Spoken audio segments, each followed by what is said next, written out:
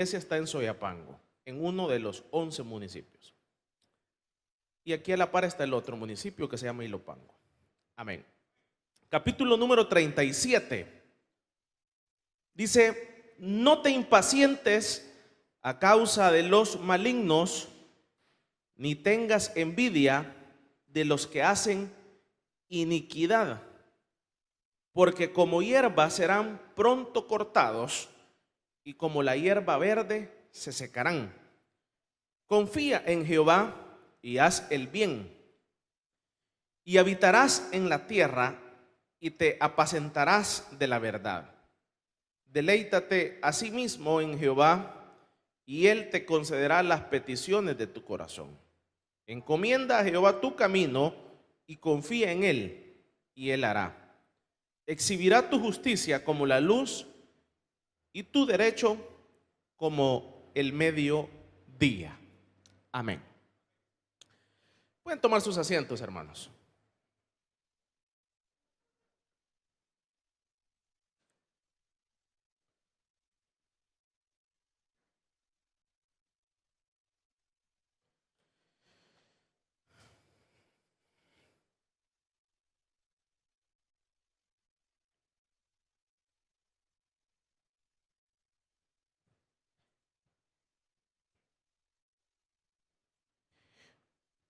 Uno de los objetivos, hermanos, del ser humano es la búsqueda de la felicidad. Esta es una meta común en el ser humano. Es una meta muy particular, que es un fin, es un objetivo que en muchas leyes incluso es regulado y puesto para que se pueda llevar a cabo. Y es en esta idea y en este objetivo general en que iniciamos a buscar nuestra fórmula para poder encontrar la felicidad. Me recuerdo de hace algunos años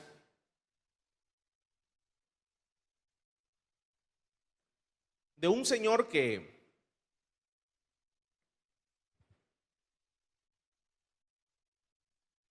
era, valga la redundancia, valga el comentario, era diputado. Y me llamó la atención lo que me dijo él hace como unos 10 años o 15 años, si no estoy mal. Y me dijo: mira, Jorge, me dijo, mi felicidad es traerte el gas, me dijo. Esa es una, porque él tenía una distribución de gas. Y él andaba vendiendo gas y era bien peculiar verlo a él que llegaba y le bajaba el gas a uno. Y entonces me dijo: yo hago esto por dos razones, me dijo. Porque en esto, me dijo, he encontrado mi felicidad. Y en lo otro que lo he encontrado, me dijo, es en ir a San Miguel a visitar a una hija que yo tengo allá. Me quedaron grabadas esas palabras porque ver a un diputado que le baje el gas a uno, se lo lleva, y que le diga eso es bastante peculiar, ¿verdad? Entonces me dijo: esto es mi felicidad, me dijo, ir a San Miguel a ver a una hija que tengo allá, me dijo, los sábados, y llevarle a mis clientes el gas. Entonces, cada ser humano va buscando una forma para poder encontrar este objetivo general que le comento. Y muchos empiezan esa búsqueda de tratar de encontrar qué nos puede hacer felices. Y como les decía, esto es algo que se plasma en la misma Constitución, en las leyes de los países, que los objetivos es que sus ciudadanos puedan gozar y tener y disfrutar de la felicidad. Ahora, es ahí en donde nosotros empezamos a buscarla. Empezamos a buscarla. Y como le digo, algunos la buscan de una forma, otros la buscan de otra forma, en otro método, otros la buscan de otra forma, pero todos van hacia ese objetivo de encontrarla. Y es en esa búsqueda en donde nos molestamos, porque el método o la idea de el haber encontrado la felicidad, muchas veces tomamos el camino que esa felicidad la vamos a encontrar. Voy a retroceder un poco para que lo entendamos la idea. Este es un objetivo que está plasmado en las leyes, en los gobiernos. El mismo ser humano, aunque no se lo plasme en las leyes, anda buscándola. Entonces iniciamos a buscarla en diferentes formas. La felicidad como un activo del ser humano. Y en esa búsqueda, lo que primero a nosotros se nos viene a la mente, siempre, es que la felicidad la vamos a encontrar en los bienes tangibles, en las cosas materiales. Eso es lo que instantáneamente se nos viene a la mente. La felicidad la voy a encontrar cuando sea estable económicamente.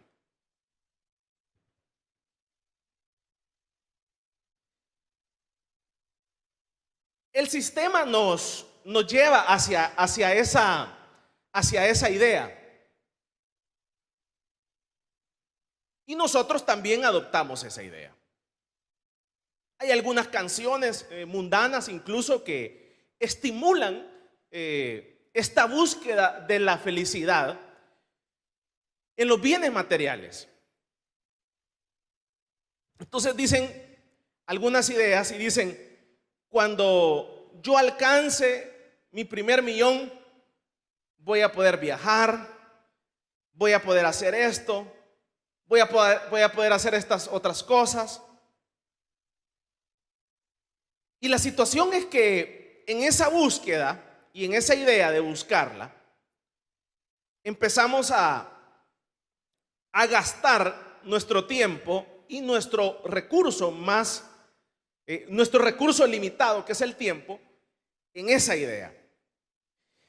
Y acá el capítulo número 37 dice que cuando uno inicia esa búsqueda de la felicidad y en el camino nos encontramos que hay gente que le está yendo muy bien, hay gente que para nosotros ya llegó a ese nivel, porque lo vemos con alguna opulencia, lo vemos, como les menciono, con algunos bienes tangibles, bienes materiales, gozando de la vida, entre comillas. Entonces, al ver que estas personas han llegado ahí, hay un sentimiento en el ser humano, más en el creyente, un sentimiento de culpa, un sentimiento de molestia, un sentimiento de irritación, porque yo ya tengo 5 años de ser evangélico, yo ya tengo 10 años de ser creyente en la obra del Señor. ¿Y por qué yo no he podido alcanzar lo que estos han alcanzado? Entonces, es ahí en donde muchas personas dentro del evangelio, esa es una carnada que Satanás ha venido usando a lo largo de los años y de los siglos para expulsar y hacer desertar a mucho creyente de la obra de Dios. Y este Salmo 37 dice, en el primer versículo, dice: no te impacientes a causa de los malignos. Dice: no te impacientes a causa de los malignos. O sea, en otras palabras, no te enojes por causa de los malvados. Y dice: ni sientas envidia de los que hacen iniquidad. Y después dice: porque como hierba serán pronto cortados, y como la hierba seca, verde, se secarán. Entonces, cuando el creyente cree no haber encontrado en esta búsqueda la felicidad, entonces empezamos a hacer esa comparación entre aquel que ha alcanzado algunos logros materiales y entre mi persona, que ni tan siquiera a la altura de los 60 años he comprado ni el nicho donde me van a enterrar. Entonces empieza una situación de vernos miserables, de vernos en una posición inferior a aquel que supuestamente ha alcanzado algunos logros. Y eso trae frustración a la vida. Pues sí, el hecho de que una persona llegue a los 60 años alquilando, que llegue a los 60 años sin alguna estabilidad, como le mencionaba, ni tener listo un nicho para donde nos entierren, que puede valer unos $2,000, $3,000. Entonces eso hace a la persona como sentirse inferior, sentirse miserable. Y entonces cuando llegamos a ese punto, entonces empezamos a compararnos con el inconverso y empezamos a ver lo que él tiene. Y no solamente empezamos a verlo, sino que empezamos a envidiarlo. Y no solamente empezamos a envidiarlo, sino que nos molestamos por la posición en que estamos. Vamos a darle un fuerte aplauso al Señor esta mañana. Entonces dice aquí el salmista, nos dice y nos recomienda, dice: si alguno está en esta posición, si alguno está en esta condición, no se enoje, no se impaciente. Y si esta impaciencia y esta molestia la causa lo que aquellos han alcanzado, entonces no se moleste por ello, no se impaciente por ello. Y dice más el salmista: ni tampoco usted sienta envidia. Entonces, mire,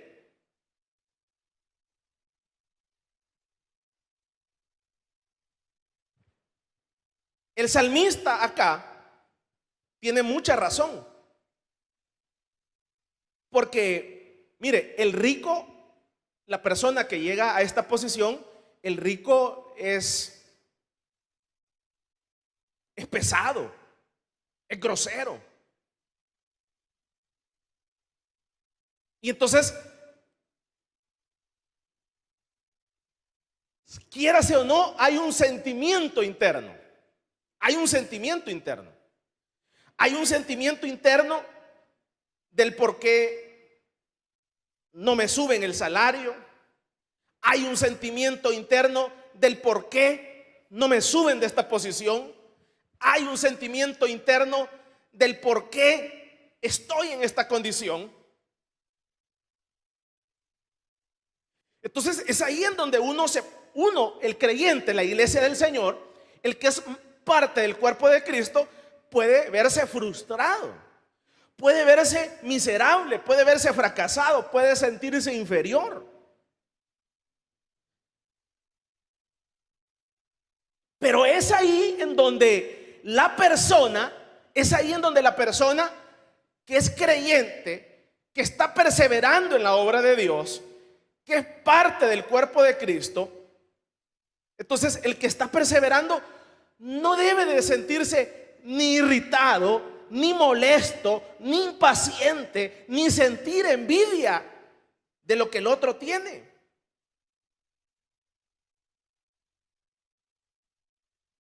Y ese es un mal que nos carcome en la sociedad, la envidia, hermanos. Yo siempre lo he dicho. Cuando usted va a empezar un negocio, el peor error que alguien puede cometer cuando va a iniciar un negocio es, óigalo bien, el peor error que usted puede cometer cuando usted va a comenzar un negocio es basado en la envidia. Ese es el peor error. Yo siempre lo he dicho. Usted va a una colonia acá en el país y hay 200 pupuserías ahí, 300 pupuserías en una colonia grande. Y uno dice, bueno, el que conoce esto, el que sabe de esto, dice uno, o sea, la gente, o sea, qué envidia. Y usted llega a una situación en donde una pupusería, la otra, y los otros dos que ya están iniciando.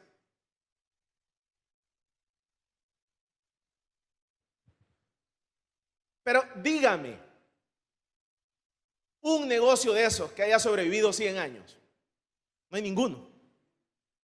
Porque todos fueron basados en la envidia. ¿Y cuál es la envidia que nos carcome en la sociedad? Ah, mire, aquel viejo está haciendo pisto. ¿Y de qué está haciendo pisto? Mire, fíjese que vende dulces. Y vieras que ya cambió el carro. Y vieras la segunda planta que está haciendo. Y vieras la opulencia que los hijos estudian en tal colegio. Y entonces viene la gente y dice, entonces yo voy a vender dulces también. Ese es el peor error que alguien puede cometer.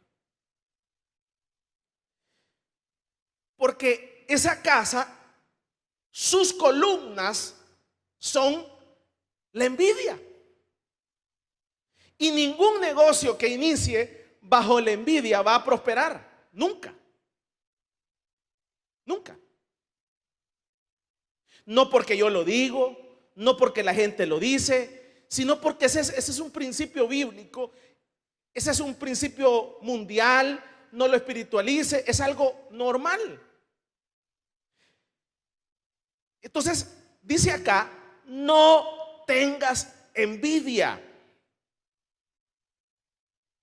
No tengas envidia, ni te molestes por lo que tiene, ni te impacientes por lo que han alcanzado. Es que mire, hermano, la vida le enseña a uno algo bien claro, que una de las cosas que uno debe de despojarse es de la envidia. Usted no puede iniciar un negocio porque el otro le está yendo bien. Mire, ese es un mal endémico. El empleado se mete a una empresa para ver qué es lo que se vende, para después él también poner una empresa de eso. Mal. Súper mal. Y si le va bien, le va a ir bien un par de meses, un par de años. Pero eso no va a ser sostenible. Porque está basado en la envidia. Pero jamás, o sea, ¿cómo va a prosperar algo que usted entró a una empresa, usted es vendedor de esa empresa, Y entonces ve cómo es el movimiento en esa empresa y empieza a hacer lo mismo. Y muchos no lo hacen porque no tienen el capital para hacerlo.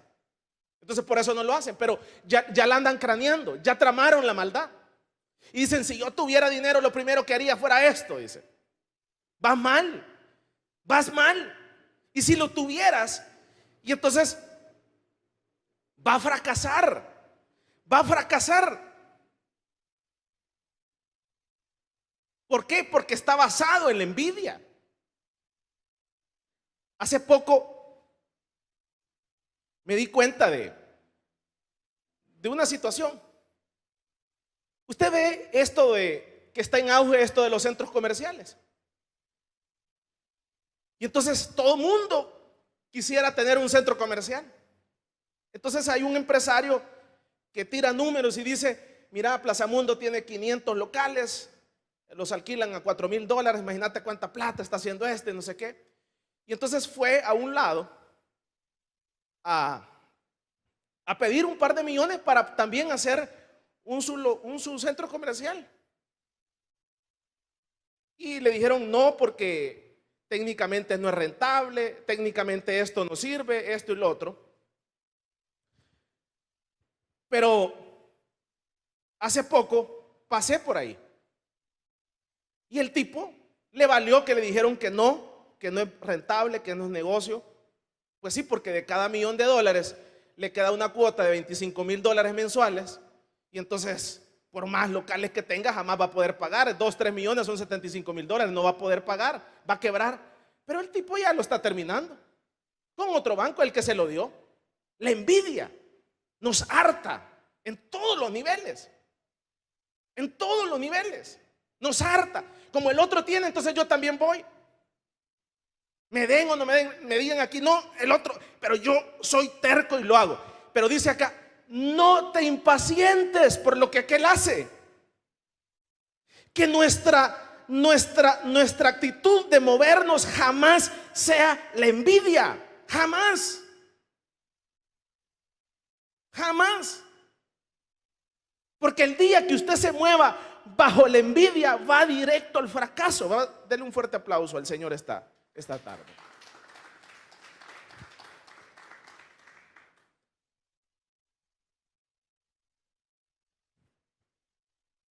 Pues en esta iglesia durante 25 años, 26 años, aquí se han levantado un montón de disque pastores. Dicen, dijo uno, voy a poner una iglesia más grande. Vaya a ponerla. Compre un local más grande. Vaya, hágalo. Ahí enfrente, si quiere, compre caja y bolsas y pone una iglesia. Hágalo. Pero en 26 años ninguno ha prosperado. Ninguno. Ninguno. Pero porque todo fue basado en la envidia. Entonces, ¿qué significa? ¿Qué es lo que significa? Lo que significa es que usted tiene que basar todo no en la envidia, no en lo que el otro hace. Porque el día que usted empieza a compararse con el otro, ese día usted está directito para que nos entierren. Este error lo he cometido yo, lo hemos cometido todos. O sea, yo le estoy comentando esto porque yo he cometido este error. No porque usted lo está haciendo, porque yo lo he cometido. Y la vida me ha enseñado que no hay que actuar bajo esta premisa. Entonces yo ya llegué a la conclusión que a mí no me importa lo del otro. A mí no me importa que el otro ande en un buen avión. A mí no me importa que el otro esté construyendo una buena casa. A mí no me importa que el otro no sé qué le está yendo bien en esto, en esto otro. A mí no me importa. A mí lo que me interesa es estar en paz con el Señor. Punto. Pero si usted se empieza a mover en base a la envidia, mire, endeudado va a quedar, fracasado va a quedar, golpeado va a quedar. Y va a decir, ¿y de dónde me vino este golpe? ¿De dónde? No va a entender ni de dónde le vino, pero fueron las raíces de todo. Y dice aquí el proverbio, el salmista dice, no te impacientes si aquel está haciendo, Si aquel está haciendo, qué bien que aquel ande un buen carro, qué bien que aquel está cambiándose de casa, qué bien que los muebles de aquel valen 5,000, 10,000. A mí no me importa, no me interesa.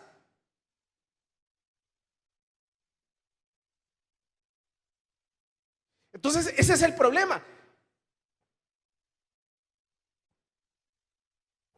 Ese es el gran problema, que nuestra sociedad está carcomida por la envidia. Y si no, vaya a una colonia, cientos de pupuserías. Y si no, vaya a las colonias y vea todo el mundo haciéndose la guerra entre ellos mismos. Y dice acá: ni te impacientes a causa de los malignos, ni tengas envidia de lo que hacen. ¿Por qué dice? Porque ellos, versículo número 2, porque como hierba serán pronto cortados y como la hierba verde se secarán. O sea, si tu medida de felicidad es lo que ellos han alcanzado,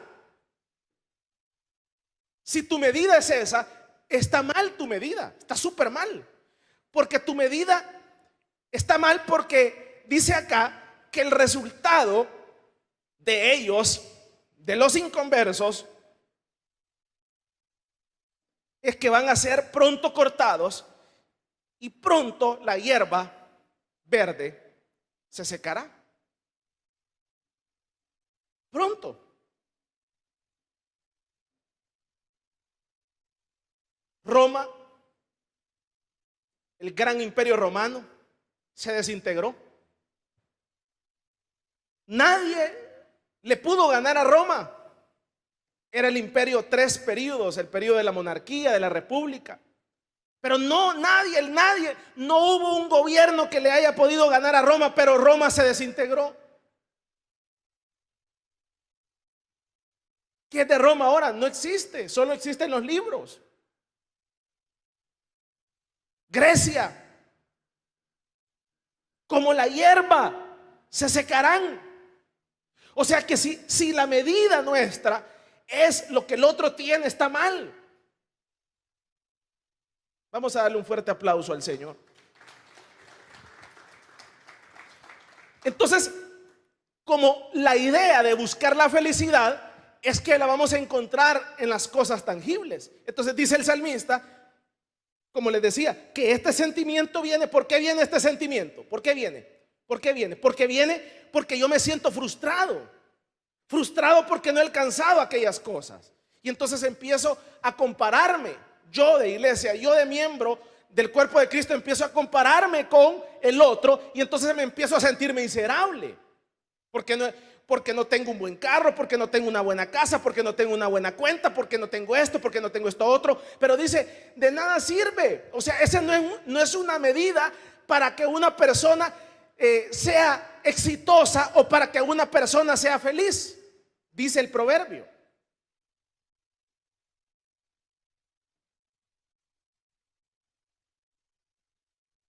Entonces, ¿qué hago? Dice, ¿qué hago? Dice, el que está buscando la felicidad, ¿qué hago? Dice el versículo número 3, léalo conmigo. Dice, confía en Jehová. Entonces, lo primero que hay que hacer para encontrar la felicidad es confiar. ¿Confiar en quién? No en los hombres, sino que dice, confía en Jehová. Mire, este es un error gravísimo que nosotros todos lo cometemos. Siempre nosotros estamos confiando en los hombres. Es algo natural. Eso es algo normal y natural, y todos hemos adolecido de esta situación. Confiamos en los hombres. Por ejemplo, la esposa se casa confiando en ese esposo. El esposo se casa confiando en esa esposa, y está bien. Pero realmente, como se dice, esa confianza, ese tesoro no debe de estar confiado específicamente en una persona, sino que dice acá que esa confianza debe de estar depositada en Dios. ¿Y por qué dice eso? ¿Por qué? ¿De qué estamos hablando ahorita esta tarde? Estamos hablando de la felicidad. Entonces viene usted y usted de esposa empieza a dar todo. O usted de esposo empieza a dar todo. Y se empieza a dar y da la vida. Y entonces usted empieza a dar su tiempo, sus recursos, esto, lo otro, y aquí y allá. Y entonces usted empieza a depositar esa confianza en ese matrimonio, que es muy bueno, hágalo. Pero ¿qué sucede? Allá cuando la persona tiene 10 años de casamiento, 20 años y 30, y ahí en una tarde usted le abre el WhatsApp a la señora y le ve que se vio con el otro. Y le ve el WhatsApp a él y le vio que estuvieron en el motel con la otra. En una que se vio con el otro y en el otro que estuvo en el motel con la otra. Y usted tiene 20 años de casado, 3, 4 hijos, esto, lo otro, aquí, allá. Es decepcionante, hermano. Es decepcionante. En buen salvadoreño, humanamente hablando, el ser humano natural está bien cuando dice, me voy a colgar, está bien. Yo diría que está bien. ¿Por qué? Porque es un sentimiento, como hay una conexión entre ambos, entonces es un sentimiento natural de que todo se derrumba. Pero cuando uno es creyente, cuando uno es parte de Cristo, cuando usted es parte del cuerpo de Cristo, usted sabe que dentro del combo está todo. Está todo. Que su papá, dice la Biblia, si tu papá te deja, si tu mamá te abandona, si tu marido te abandona, si tu esposa te abandona, no te preocupes. Si el jefe te abandona, si el otro te abandona, si el gobierno te abandona, no te preocupes. Hay uno que yo no te voy a abandonar. Y eso no lo dicen los hombres, lo dice el Señor a ese que ha depositado su confianza en Él.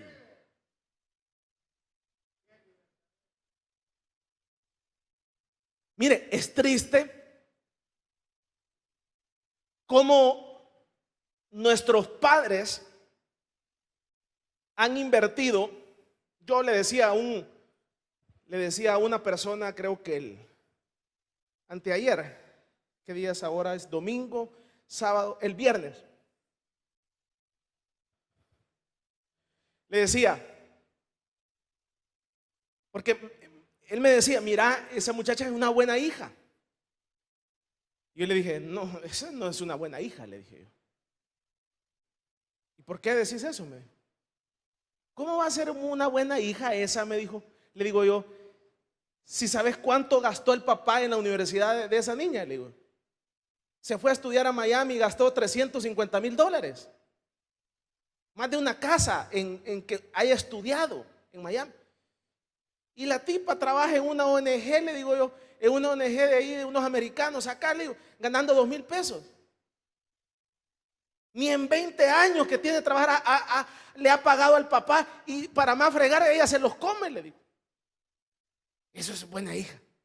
Eso es frustrante, que usted haya depositado, haya dejado de comer, que usted haya dejado de su tiempo, esto, lo otro, aquí. Eso es frustrante. Para que el tipo le diga, me voy para Estados Unidos, y no le vuelve a llamar, o la hija le no, esto y lo otro. En nuestro caso no ese es el caso, pero vaya, imagínense que hayan dejado, que ¿cuánto costó la universidad? Por lo menos yo llevaba esas cuentas, y a mí la universidad me costó $7,000 en aquel entonces. Los 5 años, exactamente. $7,000. Solo la universidad. Y entonces, pero eso es frustrante. Imagínense que esa universidad se haya sacado un préstamo para que el hijo estudie, para que esto otro. Bueno, eso eran 7,000, ahora ¿cuánto valdrá? Entonces, entonces es frustrante 10, 15 años para que de repente el tipo solo se endama con alguien y se va, como que nada pasó. Y los 7,000 pesos. Y los 15 años que dejé de mi vida en vos. Es frustrante, hermano, es frustrante para cualquier padre. Se lo estoy poniendo a este nivel y se lo estoy poniendo al nivel alto, el otro que ha invertido $500,000. Es frustrante. Es decepcionante para cualquiera.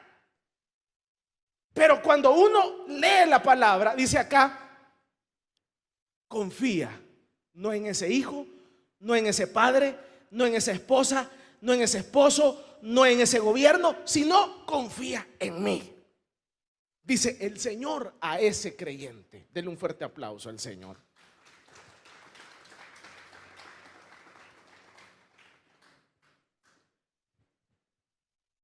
Dice, confía en Jehová. Entonces, cuando uno se aferra a esto y está consciente de esta realidad, porque esta es una realidad, entonces, que tarde o temprano los hombres no van a fallar. Cualquier hombre. Y no es el hombre, sino que es la naturaleza. Y es nuestra naturaleza, hermano, es nuestra naturaleza. O sea, yo no le estoy tirando pedradas al marido, al otro, es nuestra naturaleza. Todos somos así, yo soy así, usted es así, todos somos así. Y no mire pues en la pandemia pues, que éramos hermanos de hueso colorado, que aquí para allá y que damos la vida por el Señor. Pero no en la pandemia, los cultos a las 4 de la tarde, ¿qué estuvieron? Y no hubo nadie. Y entonces por eso nos vamos a decepcionar. Por eso nos vamos a tirar. Que nos entierren, ya no viene nadie. ¡Qué barbaridad! Lloremos, ¡qué barbaridad! Mire, 1,000 sillas y ninguno. ¡Qué barbaridad! Lloremos. No, si esto es así. Esto es normal. No es culpa suya, ni culpa del gobierno, ni culpa de nadie. Todos los seres humanos somos traicioneros. Todos somos traicioneros. Nos movemos a nuestros intereses. Denle un fuerte aplauso pues al Señor.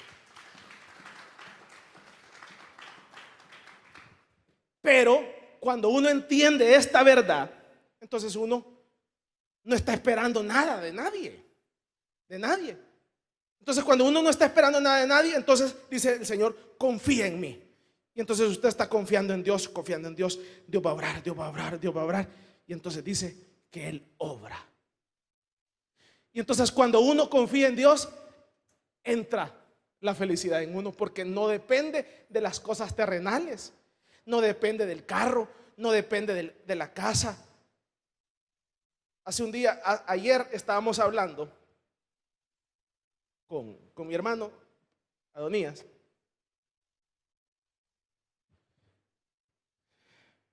Que hay un cliente nuestro que es canadiense y me gusta su posición. Él no tiene carro, él se va al súper caminando. Va al súper caminando. Mire qué mentalidad. Súper y trae sus cositas caminando. ¿Y por qué cree que lo hace? Porque no tiene esa burbuja nuestra. ¿Y cuál es la burbuja nuestra? Usted no tiene valor de irse caminando de aquí para su casa. ¿Y sabe por qué? Porque le da pena que lo vean caminando. Por eso. Porque pues tenemos una burbuja. Porque ¿qué va a decir la gente? ¿Qué va a decir la gente? No importa lo que diga la gente. No importa lo que diga la gente, la sociedad. La sociedad no te va a dar nada. La gente no te va a dar nada. El único que le da al ser humano se llama Jesucristo. La gente no te va a dar nada. Entonces uno está depositando la confianza en el otro. ¿Qué va a decir el otro?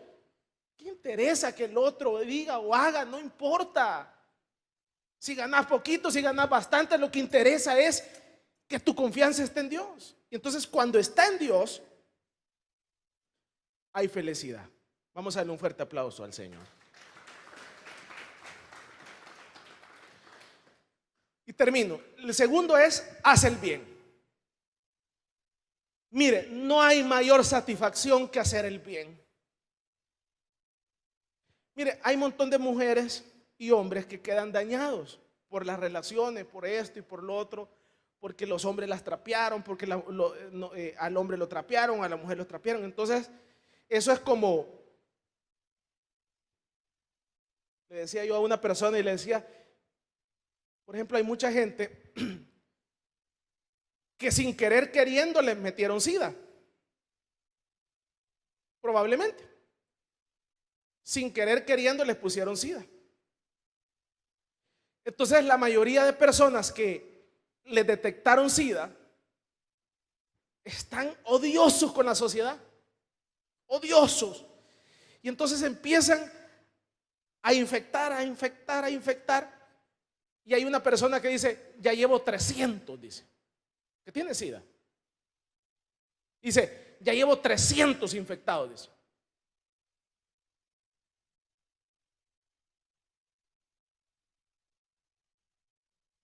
Porque a mí me lo pasaron, dice. Y a mí nadie me advirtió. Mire, eso está mal. Es que mire,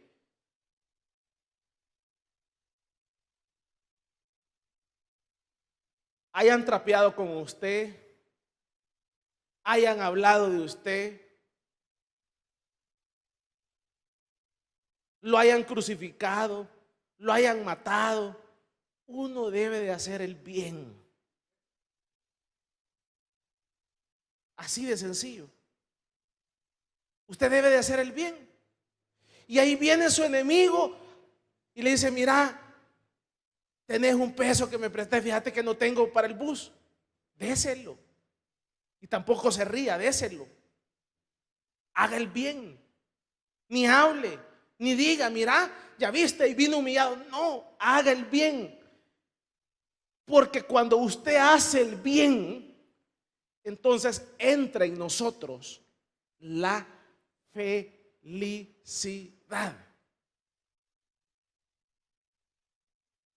Entonces uno es feliz. Y aquí lo dice la Biblia, haz el bien, confía en Dios y haz el bien. No se compare con nadie, ni trate de andar imitando a nadie, hermano, a nadie.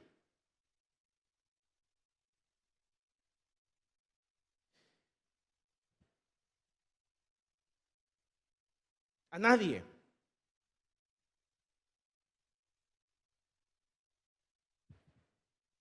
Usted no está en competencia con nadie. Con nadie. Usted es único. Punto. Ni tengamos envidia de nadie. Y que tampoco la vara de medir nuestra sea lo que el otro ha alcanzado.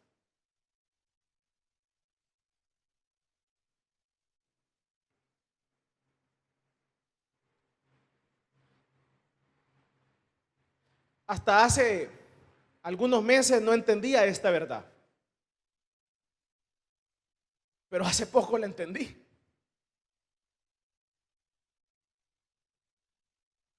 Porque yo siempre cometía este error de medirse uno en base a esto que dice acá.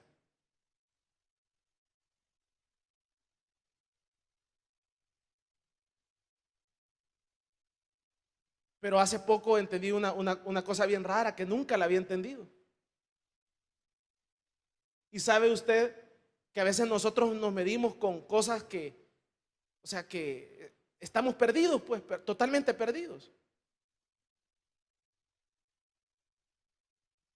Totalmente perdidos, hermanos, cuando usted se mide en base a esto. Nosotros tenemos que medirnos en base a la confianza que Dios tiene en nosotros. No en lo que el otro tiene, en la envidia del otro, sino que en la confianza que Dios ha depositado en nosotros. Esa es la medida.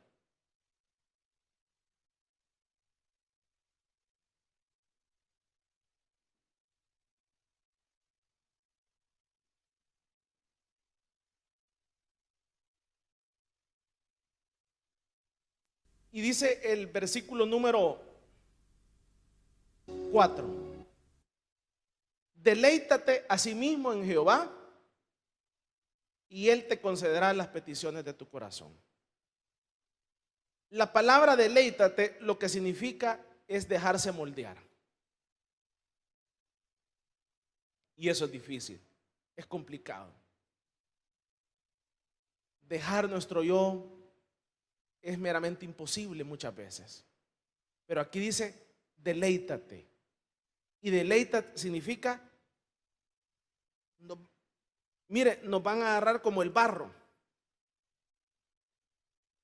a tornearnos.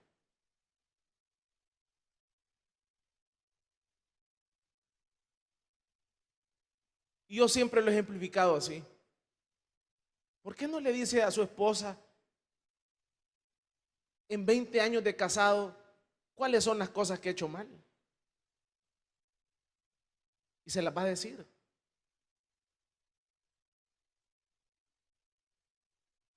Pero muchas veces nosotros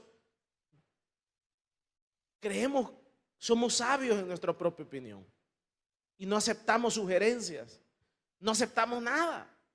Y ahí estás mal.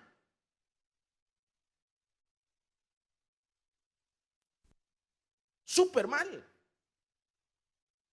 Y dice la palabra que no nos impacientemos por lo que los malignos tienen. Mire qué contradicción. Nosotros nos alborota lo que ellos tienen, pero primeramente ellos no se miden en base a lo que tienen. Es así, vea. Es como usted diga, mi medida es los dólares que yo tengo aquí. Si yo tengo bastante dólar, entonces soy feliz. Pero ellos no se miden en base al dólar. Entonces muchas veces nosotros nos medimos en base a lo que el otro tiene. Y ese es un error. Y entonces caemos en depresión y caemos en soledad y caemos, qué barbaridad lo que está pasando conmigo. Dios no obra en mí. Dice acá, deleítate en Dios. Deleítate en Dios. Lo que significa, déjese moldear. Déjese moldear. Déjese moldear. Déjese moldear.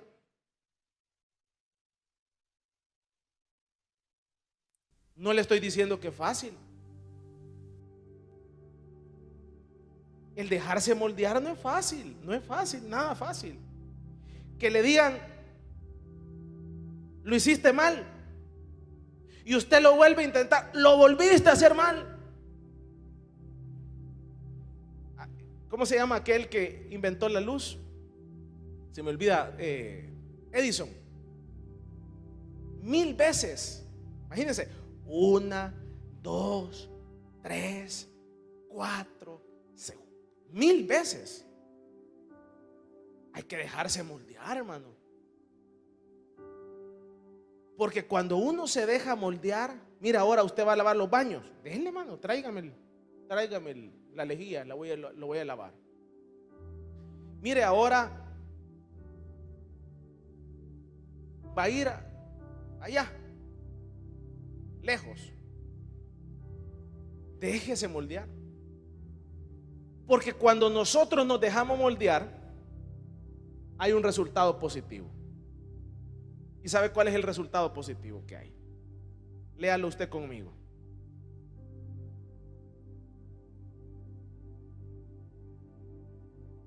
Deleítate a sí mismo en Jehová. ¿Y qué dice? Y Él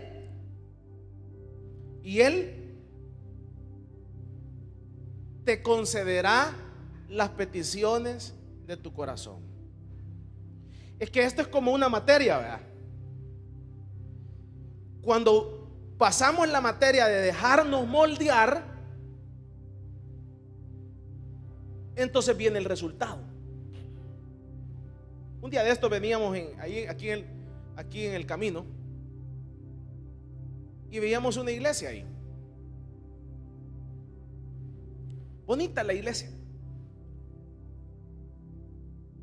Y le digo yo a mis hermanos, le digo, La iglesia bien bonita, pero afuera así, parqueada una X7, una BM X7, $70,000. Y dije yo, a este hermano le faltan 40 años todavía, que pase por el desierto.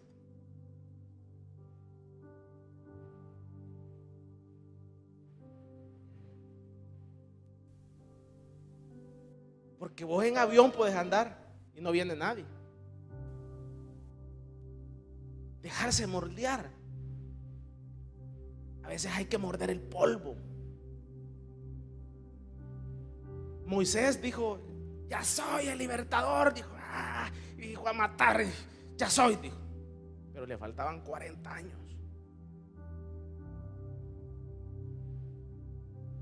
Dejarse moldear no es fácil. Pero cuando dice, te dejas moldear, ¿cuál es la siguiente materia que Dios te da?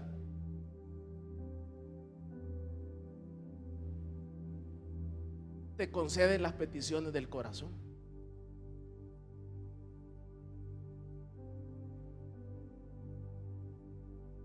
Yo escucho esos grandes ministerios de esos pastores que andan en aviones, pero a ninguno se los han regalado. Por lo menos usted escucha el testimonio del pastor Cho y habla cuando oraba en su casa en el piso de tierra, pidiéndole a Dios porque le diera un piso, porque ya no aguantaba la tierra y las pulgas en su casa. Hay que dejarse moldear, hermano, y de eso no es fácil. Cierre sus ojos y oramos al Señor.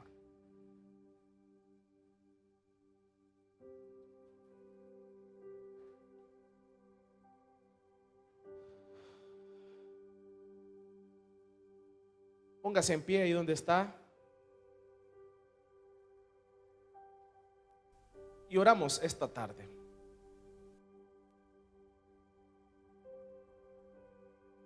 Dice la Biblia que cuando nos dejamos moldear hay un resultado, y el resultado es que Él concede las peticiones del corazón.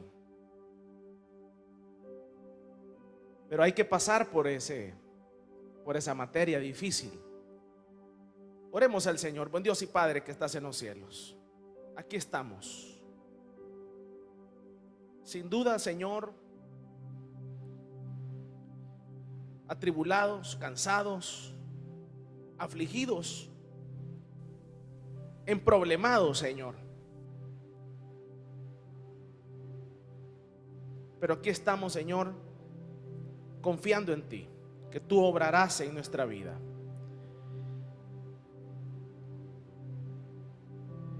Esta tarde, si alguien quiere reconciliarse, ahí le voy a pedir que levante su mano derecha en alto. El tiempo se me acaba. Si usted quiere reconciliarse con el Señor esta tarde, es una muy buena tarde para pedirle perdón al Señor. Valientemente, ahí donde usted está, le voy a pedir que levante su manita derecha en alto y vamos a orar por usted. Valientemente usted se reconcilia con el Señor. Qué bueno. Nunca será fácil nada. Los caminos fáciles siempre no se valoran. Esta tarde, si usted necesita reconciliarse con el Señor, puede hacerlo ahí a través de su pantalla o de su televisor, y puede pedirle al Señor: Señor, perdóname. Ayúdame, Señor, a dejar mi yo. Ayúdame a ser dócil, Señor. Perdóname, Señor.